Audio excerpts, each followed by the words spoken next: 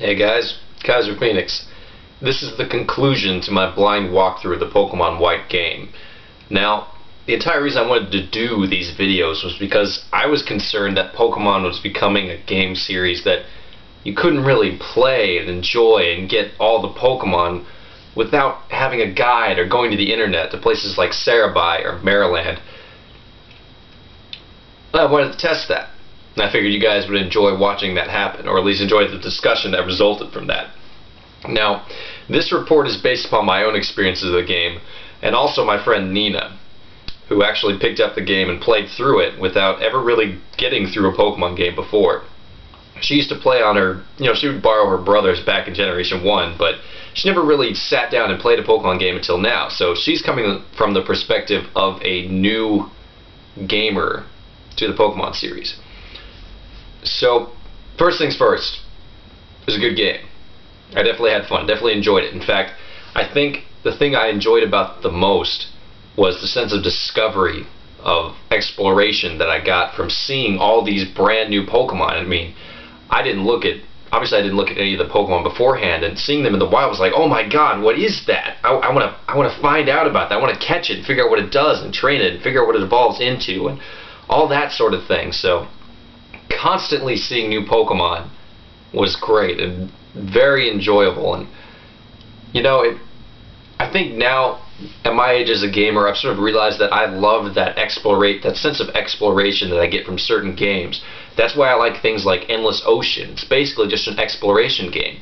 That's why I like things like Super Mario 64, which, back then it was like, here's this 3D world, just go and explore it. You can jump around and figure out how to move to things, and if you fall off the map, so what? I mean, sometimes you'll fall off and they'll just let you fall for like 10 seconds, but you might find this new secret area you couldn't get to unless you just made that leap of faith. And I think that's something that's missing in a lot of video games these days, that sense of wonder and exploration. So I definitely got that from seeing all those new Pokemon. I also love the fact that the entirety of the Pokemon you could use and catch in the beginning of the game were all brand new. I mean, for so long we've had, well, since the first generation, we've had hybrids of old Pokemon and new Pokemon, and while it's cool to have all our favorites there, it's really nice to just have a blank slate and try just a bunch of new Pokemon. And I think that's one of the best things about this new game, is it forces you to go, okay, I've got to try this new thing. Of course, while they're all technically new, there are definitely some analogous Pokemon. There are quite a few, actually. I mean, there are themes of Pokemon types and not necessarily abilities and types and uses that definitely go from Game 1 all the way to Game 5.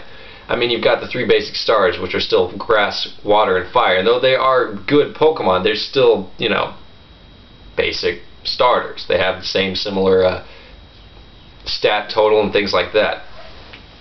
You've got the new Pidgeot, you've got the new Raticate, you've got the new electric Pokemon that you get near the beginning and train up. That's going to be your primary one, that being Zebstrika in this game, or at least it's supposed to be.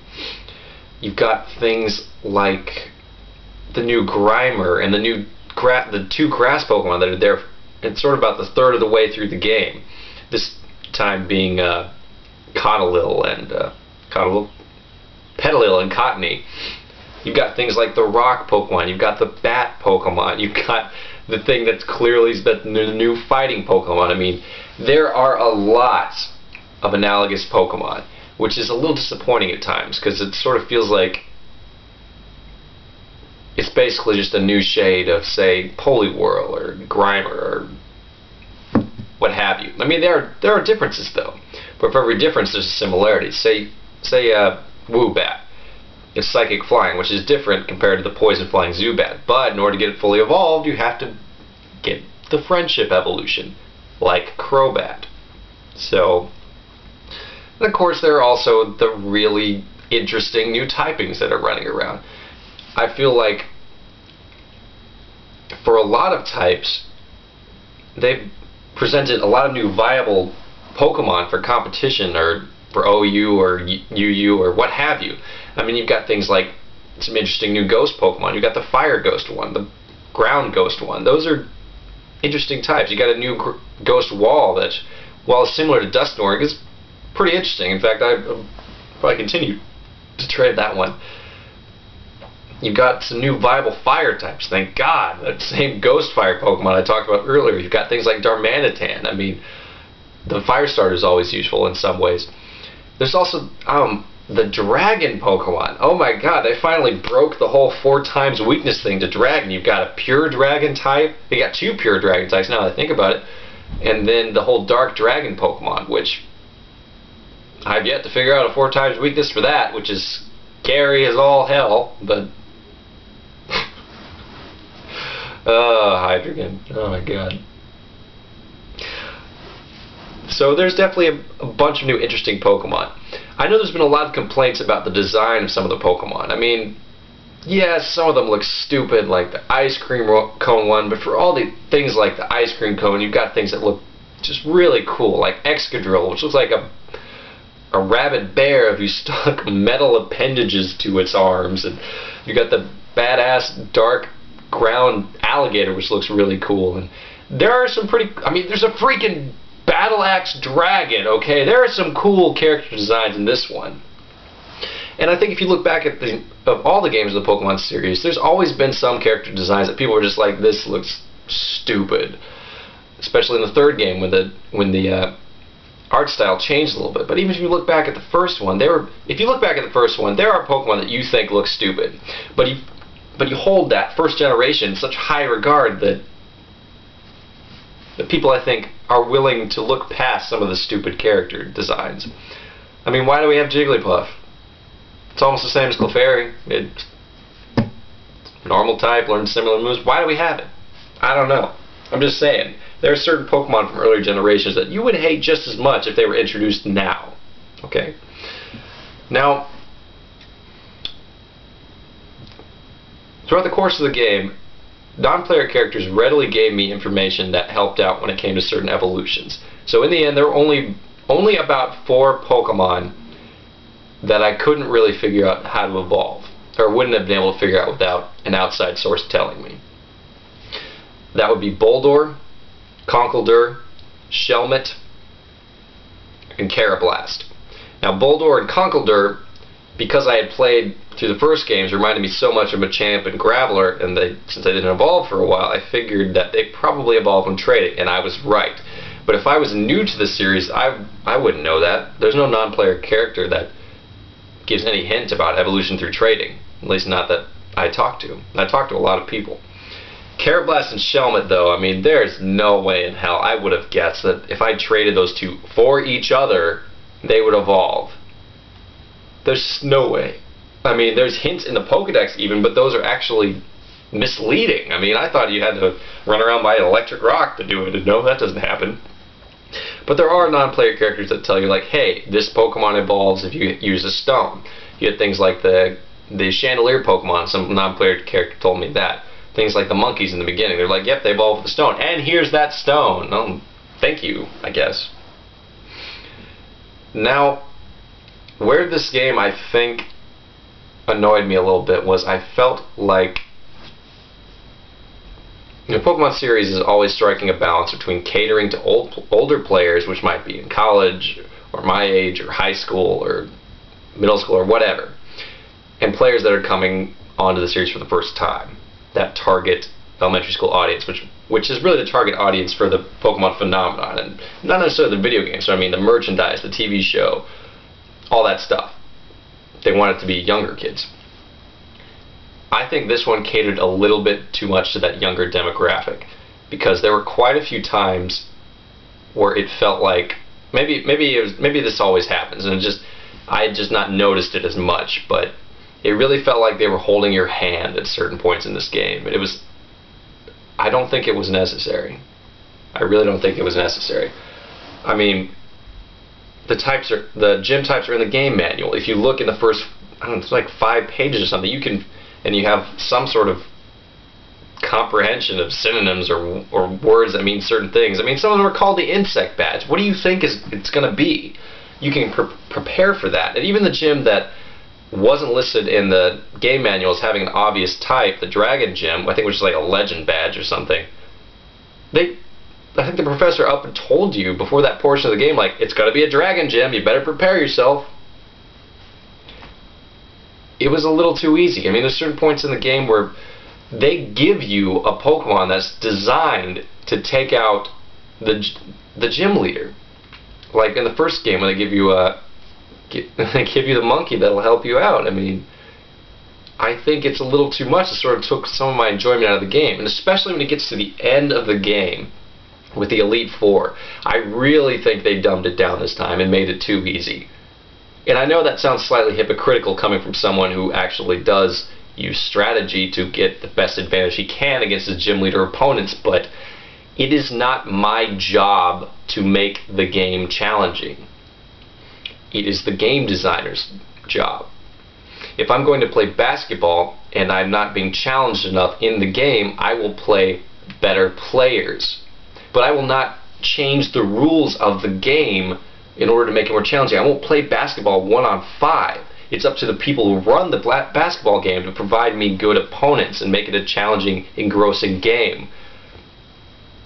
This Pokemon game just felt too easy at the end, except for the one Pokemon I felt tacked on to give it some additional difficulty, which I felt was jarring, like I mentioned in the last video, the Hydreigon.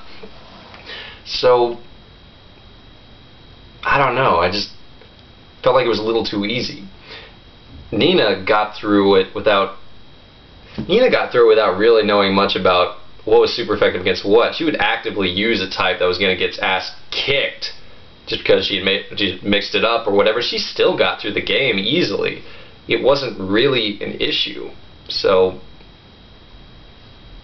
I don't know. As I played, maybe that easiness, maybe that lack of difficulty when it came to what I thought was the was supposed to be an epic confrontation at the end of the game, really sort of killed my mood to play afterwards. I just have not really been into the post-game stuff all that much. I don't know why. It's just sort of killed it for me, which is kind of sad. Maybe I'll get into it at a certain point. Maybe I'll start working on other stuff, but I don't know. Maybe I've sort of gotten my fill of Pokemon for a while, which really sounds weird, but I don't know. Now, I'm not a competitive player. I'm not a very good competitive player. I'm certainly not an expert on the competitive scene, but with a lot of these new Pokemon, you sort of wonder, like, you sort of look at them and you think, that will probably be used. There's certain Pokemon that inspire your imagination and go like, okay, I think this guy could take out like just a bunch of Pokemon. So I'm going to talk about the Pokemon I think will make a difference in the competitive scene. But you could also say this is a part where I talk about my favorite Pokemon from this series. Like I said, there were a lot of cool ones that were shown off, so I'm going to run through and talk about them right now. And maybe some of the ones I hated the most, as I know some of you seem to enjoy that part. So, first of all, of the starters, I was definitely glad I picked Serperior, especially after I looked at the stats of some of the Pokemon. Emboar, while firefighting, and as cheap as that sounds, his stats just don't make him what I think is going to be a very good Pokemon on the competitive scene, because he's a fire Pokemon, and when you're a fire Pokemon you have a lot of weaknesses. So at a certain point you need to either outrun those weaknesses or take the hits, and this guy does not have great defense or speed. That's not a good combination. That's why Blaziken is lacking sometimes compared to Infernape, because Infernape at least can be very fast. And while I have heard that Blaziken's got some new tricks, I don't think Emboar will serve that well. Samurott was interesting, but stat-wise, I think I'm good with Serperior. It might just be a grass Pokemon, it might just only have good speed, but I think it's a fairly balanced Pokemon, and speed is very important. Gigalith. I liked Gigalith. I think it looks badass, and I love the fact that it's pure rock. I also love the fact that it has sturdy, which means even if a super effective attack hits it and is going to kill it, with only a few exceptions, it's got sturdy. So it can at least get off one move, which could be Stealth Rock, or a very good move of its own. So I think Gigalith has some possibilities. Excadrill. Oh man, if Excadrill is not used on the competitive scene, I will be amazed. It's got good attack, I think it's got decent enough speed. Mine has great HP, so I mean it's a ground Pokemon, so it's got access to Earthquake, it's got access same type attack bonus on Earthquake. So I definitely think Excadrill is going to be used. If not, I will be very surprised. I've heard some murmurs on the internet that Conkeldurr is better than Machamp. And if he's better than Machamp, he's definitely going to be used in some way. Seismitoad. Now Seismitoad, the water ground type is always a useful type. It definitely is represented already though, so I don't know if it's going to be used more than Swampert, but I like Seismitoad. He was kind of my water Pokemon by the end of the game. So I think he'll probably be underused. He reminds me of Poliwhirl and Swampert, but maybe not as good as Swampert, so I don't know. Throw and Sock. Throw and Sock, I felt like were good to have in the beginning, but over time they're not quite as good. I don't know if they'll still be used. They definitely have some good qualities, but I'm not so sure about that one. Lavani is still a Pokemon I want, that grass-water Pokemon, but I actually thought it would have better special attack than attack, but I think I was mistaken in that. It has better attack, so seems interesting. Let's definitely try it out. Scolipede, Poison Bug. That thing kind of kicked my ass at one point. So we'll see. There were definitely some better bug Pokemon this time around, at least in my opinion. Whimsicott. I've heard things about Whimsicott and Lilligant being used, but I don't know. Basculin. What was up with Basculin, really? I figured it was going to evolve into something, but no. So, Crocodile. Crocodile looks really cool. And really cool Pokemon always find a way to be used, especially since this one has Moxie. I feel like it's outclassed by certain other Pokemon, especially now that I've seen some of its stats, but I'm sure somebody will find a reason to use that one. Darmanitan. I definitely think people are going to be using Darmanitan. That thing hits hard. I don't know about its Fire Psychic form as much, but Darmanitan itself definitely has some uses. I'll be very surprised if that's not used. Cofagrigus, excuse me, Ghost Pokemon, Ghost Wall Pokemon. I don't know if it's better than Dusknoir. I haven't compared the two, but I definitely think he's interesting, and since Dusknoir is definitely used, I think Cofagrigus will find some sort of niche out there. Zoroark, I think I saw was a good, decent special sweeper, maybe? I think it's cool enough people will use it. Renculus. Renculus? It's got good special attack, but if you're going to have a good attack or special attack, you need to either be able to take hits well or be a sweeper. And I don't know if this Pokemon can do either, just by looking at its basic statistics. I may be proven wrong. We will see. Vanillix. I trained one of those things for possibly finding the Elite Four, and yeah, it looks stupid. It's got a freaking smile made out of gemstones in its back. Oh my god, why did I have to train one of those things? Oh, it's ice, but now Escavalier. It's Bug Steel, so there is a certain reminder of Scizor. And Scizor can kick ass. This Pokemon might even be even slower. But it's got potential. I definitely saw that. What I think is cooler though was the pure bug that Shelmet evolved into. It looked like a freaking ninja. But it's got great speed and decent special attack, and we know speed is very useful, so I don't know, maybe it's got some uses there. There was a commenter, I watched one of my videos, that mentioned something that looks like an evolution of the Heartfish Pokemon, whose name is escaping me, and it's not important enough to figure out. But Alomomola? Yeah, it definitely looks like it's evolution. And at a certain point, I figured it out through its animation that its fins curl in, which, if you turn its body sideways, is actually a heart hugging you. Holy shit, that is stupid. Wow. Wow. Like I said before, Galvantula, Electric Spider, really cool Pokemon. I think it might be one of my favorite new Pokemon from the new games. Stat-wise, I think it'll be underused. I think it'll be outclassed by a lot of other things in the overused environment. So while I think it's really cool, I might not. I've heard Ferris's evolution is a good wall. And Klinklang was something, once it finally fully evolved, I was like, that kind of looks cool. Almost like a floating space station or something. So I think it looked interesting. And being a steel Pokemon that sort of has Wallace tendencies, maybe it could be used. I don't know. Kind of doubt it though. Electros, a electric Pokemon that floats. An electric Pokemon that floats. Kind of like an electric flying Pokemon in that it pisses me the hell off. So that definitely has potential.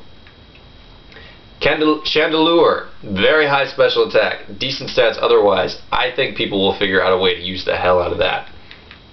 Haxorus, which I had called the new Dragonite, but actually stat-wise it is not. It doesn't have nearly the stat total that things like Dragonite and Metagross and even Hydreigon have. But oh my god, its attack is ridiculous. It has higher attack than everything except certain legendaries, Slacking, and Rampardos. Holy crap, that's high attack. I definitely think there's a use for that thing on the competitive scene. I'm sure people will find it. Cryogonal, I think people will use. It sort of reminds me of Starmie, especially with some of its stats. And considering Dragon Pokemon are useful, it could be useful as well. A Selgor, that ninja bug I was talking about, I think it's pretty cool. Things like Golurk, I'm sure will find some sort of use. And Hydreigon. Now that I know all its stats are, what is it? I think 600 base stats, which is the same as things like Dragonite. People will use it. They will definitely use it. Dark Dragon is a very interesting type. That's about all I have to say about that. And that's it for the new batch of Pokemon excluding legendaries. So definitely some interesting types going on there. I know I still have to try out a few of them, but thanks guys for watching this blind walkthrough. It's been fun for me. I hope it's been fun for you. Sorry about some of the delays in producing some of these videos. I wanted to have them out right quick, but I had some issues with the camera. But thanks especially for Xenon, as always, for him being the reason I have a lot of these viewers. So yeah, that's pretty much it. I hope you have fun training your Pokemon and fighting on the scene. I'll have fun doing that when it comes the time to do so. So happy training, Pokemon.